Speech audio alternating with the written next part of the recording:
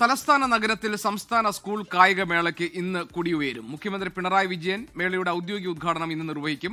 കായിക മത്സരങ്ങൾ നാളെയാകും തുടങ്ങുക. സ്വർണ്ണക്കപ്പും ദീപശിഖയും പട്ടം ഗേൾസ് ഹൈസ്കൂളിലെത്തി. മഴയാണ് പ്രധാന വെല്ലുവിളിയെന്ന് വിദ്യാഭ്യാസ മന്ത്രി വി ശിവൻകുട്ടി 24-നോട് പറഞ്ഞു.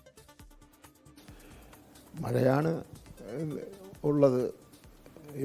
ഇന്നിപ്പോൾ മഴ മാറി നിന്നാൽ നമുക്ക് നന്നായി വിജയിപ്പിക്കുന്നതിന് വേണ്ടി കഴിയും. ഇത് ഇന്ത്യയുടെ കായിക ചരിത്രത്തിൽ ഏറ്റവും പ്രധാനപ്പെട്ട മത്സരമാണ് ഇവിടെ നടക്കുന്നത്. അപ്പോൾ ഈ മഴ പെയ്തതോടുകൂടി പ്രധാനപ്പെട്ട വെന്യൂവിലെല്ലാം നല്ല നിലയിൽ വെള്ളം കയറിയിരിക്കുകയാണ്.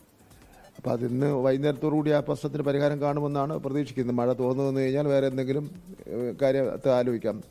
മെയിൻ സ്റ്റേഡിയം എന്ന് പറയുന്നത് സെൻട്രൽ സ്റ്റേഡിയം ആണല്ലോ. താൽക്കാലികമായിട്ട് ഇൻഡോർ കോർട്ട് തന്നെ ഇട്ടൊക്കെയാണ്. കാരണം വെച്ചാൽ 8-9 ഇനങ്ങൾ അവിടെ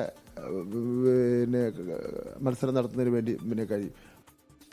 ലോകത്തെവിടെയായാലും ഏത് സമയത്തും 24 വാർത്തകളും ഓഗ്മെന്റഡ് റിയാലിറ്റി പാക്കേജുകളും എക്സ്പ്ലെയിനറുകളും വിശദമായി കാണാൻ ഞങ്ങളുടെ യൂട്യൂബ് ചാനൽ നിങ്ങൾക്ക് സബ്സ്ക്രൈബ് ചെയ്യാം.